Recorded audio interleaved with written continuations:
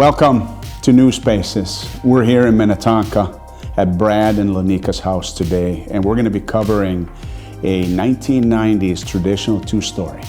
You're going to see how Allie and our design team took this 90s traditional two-story on a little bit of a journey in a completely transformed main level. This home had been lived in for about 12, 13 years before Brad and Lanika found New Spaces, and they had a definite plan. We call it the master planning concept at New Spaces. It means that we take a property from point A to point B over time. What we're going to describe and show you today is phase one. We're going to invite you on a tour here, so come with me. We're going to go meet Allie. We're now standing in what used to be the front living room of this 1997 home. And I'm here with Allie Bjorn, one of our lead designers from our design team. And what you're gonna see here is a little bit different than what you would may expect in a traditional two-story. There's some moves here that you probably have not seen before. So Allie's gonna take you through a discussion on what happened here at Brad's and Lanika's home. Please. Yes, absolutely. So this house had a typical layout where this was the front sitting room and it was a little underutilized. And then behind here was the dining room and the kitchen was adjacent. And so what we ended up doing here is to try to find a way to utilize the front room and make it feel more a part of the living space and more usable. And so there was a wall here with a large opening to the dining room, and we took down some stub walls to make it feel more open. One way we connected the kitchen was to have this wraparound countertop with a small desk area that came into this front room and helped make this space more functional for the family. One word, Allie, that you used that so commonly we hear about was underutilized. And I think one of the more fundamental moves that I saw you do here was that you really connected dinette, kitchen, dining, front living room in one flow. And that is, I believe, the secret sauce of this project that Brad and Lanika were really looking for, was that how can we have a more inviting, more inclusive, more open floor plan where the adjacent spaces are next to one another. Yep. So I love that about this project. Absolutely. So moving into the, what used to be dining room, we made a pretty big change. As I said, there were some stub walls here with a large opening to the front room from the dining room. But what you don't see and what was existing is there was a wall here separating the dining room from the kitchen with a small little doorway. And what we ended up doing here is there was a window here that we removed and we put a new window in to create more of that natural light since we lost some of it. And it really makes the space feel lighter and brighter. One other unique thing that we did in this space is island placement. Typically you don't see the islands off to the side like this. You'll see it in the middle of the perimeter cabinets. In this circumstance, there wasn't enough clearance. So we set the island off to the side, and it really worked out well because it is connecting the front room and the kitchen still and creating a space for prep work, gathering, place to sit, and it's still kind of off to the side so it's not right in the way, and people can prep here and then other people can gather over here and talk with each other. I think that's an excellent example on how we tailor the project, the space plan, the layout, the functionality to the specific needs, wants, and wishes of our homeowners. And that was Brad's and Lanika's specific requests to have ample countertop space. A few unique things about this kitchen as far as cabinetry and storage goes. We do have a desk area that was an actual specific request from the homeowner Typically, you'll see desks in older homes and they get taken out because they just aren't needed anymore.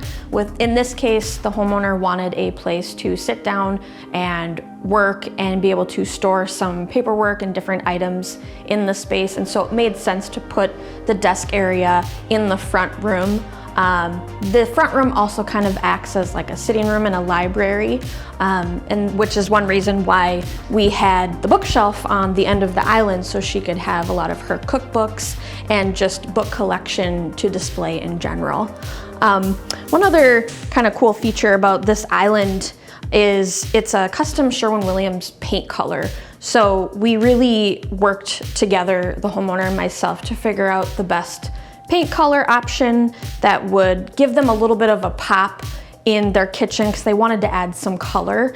And we were able to find a beautiful glass mosaic backsplash that is almost the same color to the island color. So they really play off of each other, add that little extra pizzazz to the space without being too Our partners in our cabinetry phase were our trusted Countryside Cabinetry, a great semi-custom line. And our countertops that you see here is today, quartz is probably what you use maybe most out of every countertop, correct? Yeah, absolutely. And that's granite tops. They do a phenomenal job with us, working together with our designers to just find the absolute right countertop selection in terms of material, in terms of color, to all tell the story of the project and the design aesthetics that you're going for. Yeah, and this countertop is really pretty because it adds a bit of a contrast to the island. Still works with the perimeter color with the beautiful dark gray brown veining that also kind of ties in the warmer wood tone floors with the veining as well.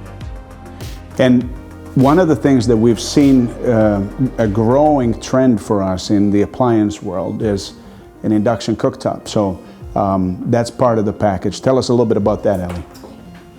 So the homeowners and I worked with Warner Stellian to pick out the appliances for the kitchen, and they selected a Wolf induction cooktop. These seem to be growing in popularity because they are easy to clean and they cook like gas but without the burners, and it uses that magnetic system inside of it to heat up the water within 90 seconds.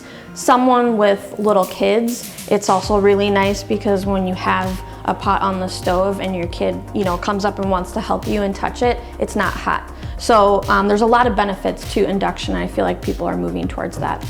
It's a growing trend here in the United States. We see it in the Nordics, in Europe, has a very prominent position in the marketplace, and it's growing here too. Hallie, talk a little bit about the focal point that you created with not only the backsplash, but what we see a lot is our decorative wood hoods. Yeah, so this backsplash, we used the glass mosaic because we wanted to add a little extra interest and pop to the kitchen without being too crazy busy. And then with that, added a really nice custom wood hood with a vent insert inside. And so it really adds to that focal point of the space. And when you walk into the house, this is immediately what you see. And a lot of times today, the exhaust component is so important in how we cook and gives you the flexibility to saute and a variety of cooking methods and remove the exhaust right from that top. So a lot of times the hood with the decorative wood component becomes one of the main focal points of the kitchen. Yeah, it creates more of a built-in look as well and really ties in nicely with the cabinetry. So with this home, they have 9-foot ceilings, and so we were deciding what we wanted to do with the upper cabinets. We did take them to the ceiling so you don't have that dust shelf ledge up there. And you'll see the 2-piece crown molding with the glass doors in the cabinetry. That's nice to have for display. We also included some really nice LED lighting in there so you can dim it and turn it on if you want to have that on at night, or just display some different items that might be of sentimental value to you. In terms of the door style, Allie, would you so we have a shaker style door here. Would you say that this is probably one of the more used styles for cabinet? Yeah, I would. Most of our clients want something that is simple, clean, has a little bit of detail to it. And so this one's really nice because it has a little bit of a bevel here. And with this space, being that it is so large with large ceilings, we actually did a thicker rail and style on this cabinet just to make it feel more proportionate to the overall space. In addition to the LED tape light in the upper cabinets with the glass, we also focused on a lot of lighting elements in the space to make it feel brighter. So not only adding the extra window and making the window above the sink larger, we also added some beautiful sconces above the sink for extra lighting. We have our pendant lighting above the island, and then we have, of course, our LED tape light underneath our upper cabinets that can be used as task lighting. All the lighting we use is typically dimmable, so you can really control how much you're seeing. And lastly, we have the recessed wafer lights that are on a dimmer and go through the kitchen all the way to the dining space.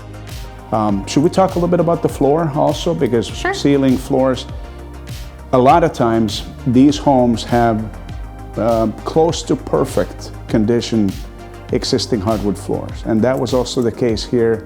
We had a red oak floor that we ended up feathering in new with old and connecting all the areas for a more uniform flooring plan without transitions. Yep, and we seem to do that in a lot of our homes and projects where people will have a hardwood floor that they want to keep and we'll feather it in, and our wood flooring partner does a great job of doing that. And the nice thing too is once the cabinets are set, they can come in and put stain swatches on the floor so the homeowner can see what's going to look good in their space. Alpine, our hardwood floor partners, really skilled in making the transition between new and old. So I would challenge any of our viewers to pick up where that transition actually took place. And that's the true skill of our craftsmen, the trade partners that we work with, is how you connect things like that. Because the other aspect of it is that sometimes having an existing hardwood floor and working everything around that particular feature may not be advantageous. So you always have to kind of balance the reuse of existing towards what is the end result. And in this case, it worked beautifully. We salvaged and refinished the existing, added new, and then refinished everything. Ali, you and I, we've talked a lot about functionality, features, and performance in this kitchen and kitchen functionality. But the one thing that I think is important for our viewers to consider, when we change fundamentally the floor plan and the room configuration, it also means that we have to, from a design standpoint, not only deal with the space plan, but also the systems design. Now, systems design, our design team, we're talking about HVAC, plumbing, electrical. So when you change room configuration, or you remove walls, you are automatically into a reconfiguration of your systems. Room composition with square footage, the amount of returns, the amount of supplies are dictated by the size of the room, the amount of the windows you have, and what we're always really interested in maintaining is that the comfort levels for heating and cooling, and those are fundamentally changed when you change the room. So our design team not only have to think about all the finishes that you see and the space plan, the cabinetry plan, the lighting plan, but also systems design. It's part of our process. The way we start a project is that we go and we call it our design kickoff and measure when we map out the existing conditions, and that means structure, space plan, and systems. And Ed, our production manager, and all of our lead carpenters, they are laser focused on making sure that the infrastructure is kept intact and improved upon as we make the space changes. So things to think about when you remodel. One interesting aspect of this kitchen is there was a wall here that separated the front room from the dining space. There was a large opening, but this header had to remain intact for support. And so we had to figure out how to work the cabinetry around that, which is why we decided to include this little wine cubby storage underneath the header to still make it feel built in, but then to still keep our structural support. The one thing that has to do with function structure, but the symmetry about, I want you to pay attention to this detail, how it's lined up perfectly underneath that header. So it gives it a purpose and your eye follows that symmetry. So I think this was well executed, Ali. Sometimes those little details, they get forgotten, but the way that our team and you pour over the plans, the elevations, the 3Ds, and the specific cabinetry details on how everything comes together. I think this was brilliant. Mm-hmm. In this space, originally we had the sink pretty much in the same location, and there was just a small little double hung window above it. And so with this, we did increase the overall width and height, and it actually pairs really nicely with the window that we added in what was the dining room near the island. And to Ali's point, what we do the majority of the time is that we increase the size of the windows, not the other way around. And when you do that, just for point of clarity, when you change a window opening, that also means that from a framing standpoint, we have to change the header. And the header is the bearing framing member that sits above the window, bringing the point loads down on each side. What happens when we do that is we automatically always are into an exterior dependency, an exterior siding.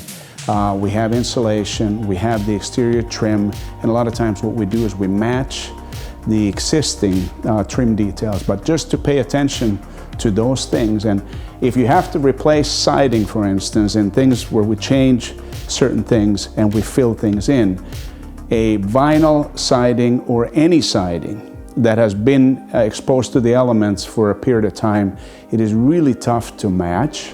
And sometimes product has been discontinued and we can't get that anymore. So just point of clarity, the things we have to think about in the process. With the sink selection, the homeowners chose the Blanco Siligranite sink, and this one's really nice because it's a composite sink. We use it on like 95% of our projects, and it's very durable, easy to clean. It comes in a variety of different colors. In this case, they chose gray to kind of go with the backsplash, stainless steel, and the veining in the countertop. We chose to go with the Delta ESSA touch faucet, so it will turn off if you touch it on the spout, which is really nice when you have like chicken hands and your hands are just full of like gross stuff. When you're prepping, you can just go like this and it'll turn on. You have to leave the handle on, but it's really nice and convenient. In addition to the touch faucet, we also went with a beverage faucet that is a cold water dispenser, and it's attached to a reverse osmosis system. The homeowner felt that was really important, and I feel like we're seeing more of that selection in homes now. We also have an air switch that is used for the garbage disposal, which is kind of nice because then you don't have a switch on your wall. It can just be right in the countertop. This is actually one of my favorite appliances. It is the dish drawer by Fisher Paykel, and it actually allows you to do the dishes with the option of a small load or both going at the same time. So for instance, for me, children out of the house, it's my wife and I, we have coffee cups, we have cereal bowls.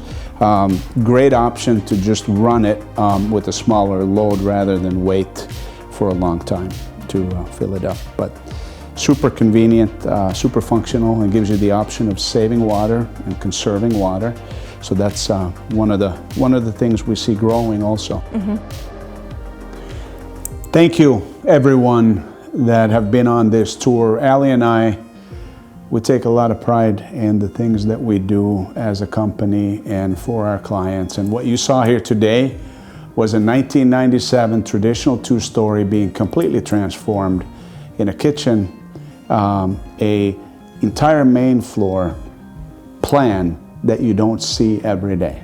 You saw islands that were put in places where they usually are not. We catered this to their specific needs and their specific wish list. What you need to know is that at New Spaces, Allie, Jamie, Courtney, Jennifer, myself, our entire production team, we do these virtual tours in all different vintages, different home styles, different years built, different project types. So go to newspaces.com, virtual tours, and pick the one that you're interested in. We're always here for you, and if you're thinking about remodeling, want to live better, check in with New Spaces. We'll see you next time.